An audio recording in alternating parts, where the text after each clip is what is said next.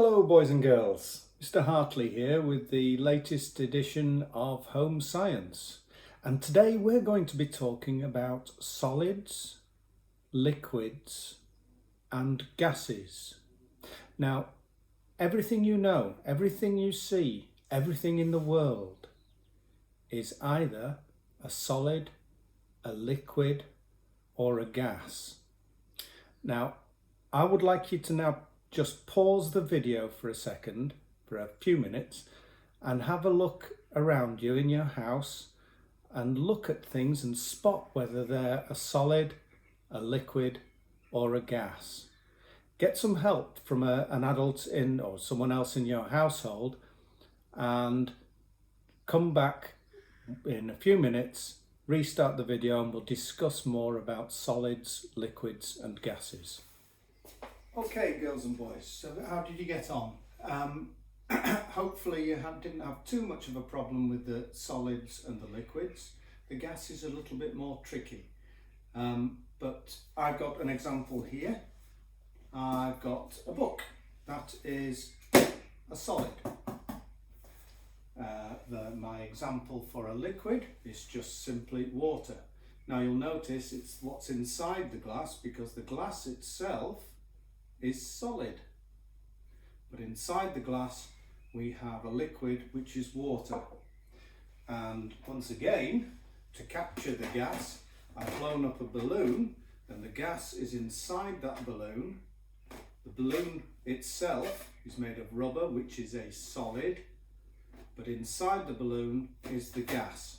So we have solid, liquid and gas. And we're going to have a look at some of these things and work out some rather interesting facts about solids, or differences about solids, liquids and gases. First of all, let's see whether they're light or heavy. The book, the solid, is actually fairly heavy. Obviously you get some things that are a bit heavier than others, but generally solids are heavy, have some weight to them.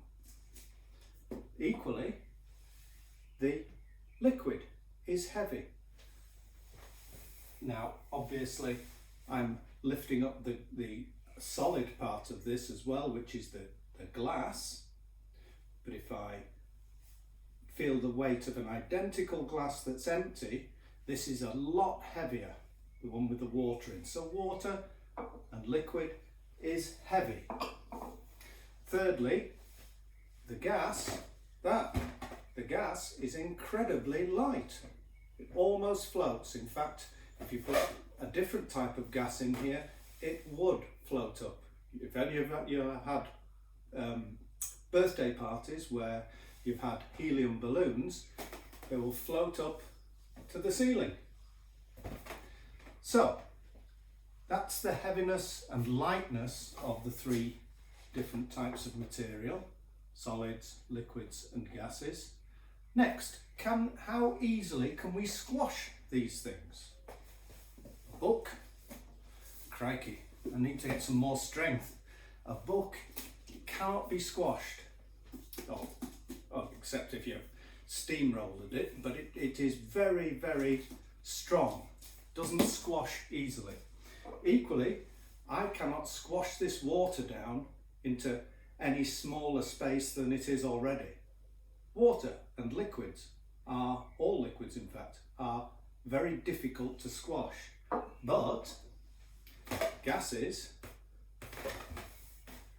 getting a bit closer to the camera, you can see I can squash into that quite easily. I don't want to burst it, but you can squash that gas quite easily. Squash it in. Okay. Next, do they flow or do they pour? How easily do they flow or pour? Now, a book just falls. It doesn't pour, it just stays the same book and it does not flow or pour. Water and liquids,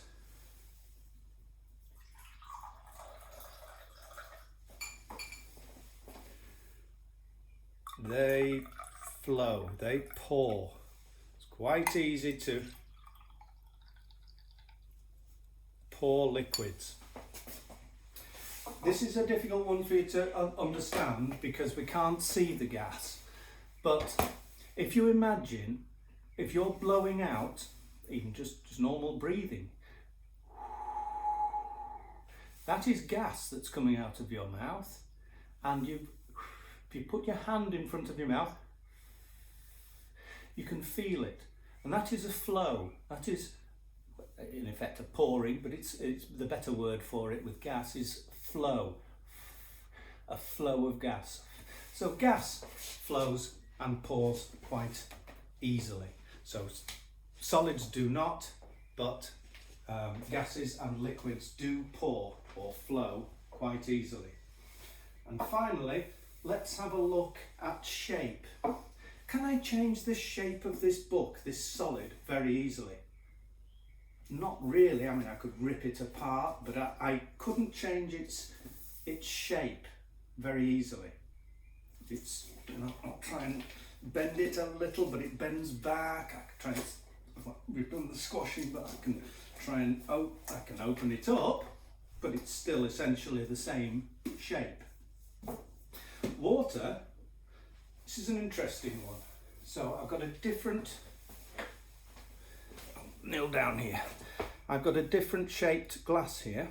Just pour any remnants out there.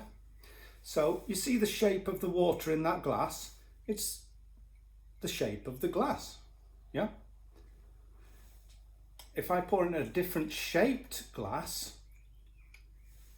that is not the shape. The water that's in there does not have the same shape as when it was in this glass.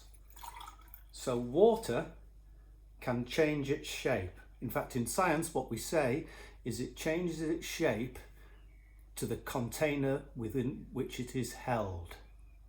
So whatever container you've got, the excuse me, the liquid forms the shape of that container, either like that or like that. And finally, gas.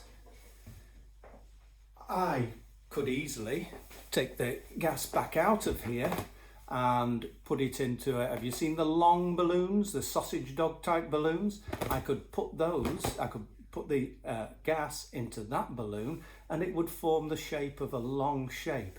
So again, it's the gas within here is just forming the shape of the balloon. When you see a deflated balloon, it is a round shape.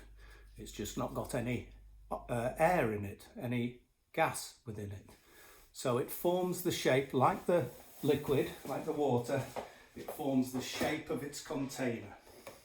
Okay, I'm going to do a couple of experiments now to show you one or two more things about solids, liquids and gases, but I just need to get set up for them, so I'll be with you in a couple of ticks.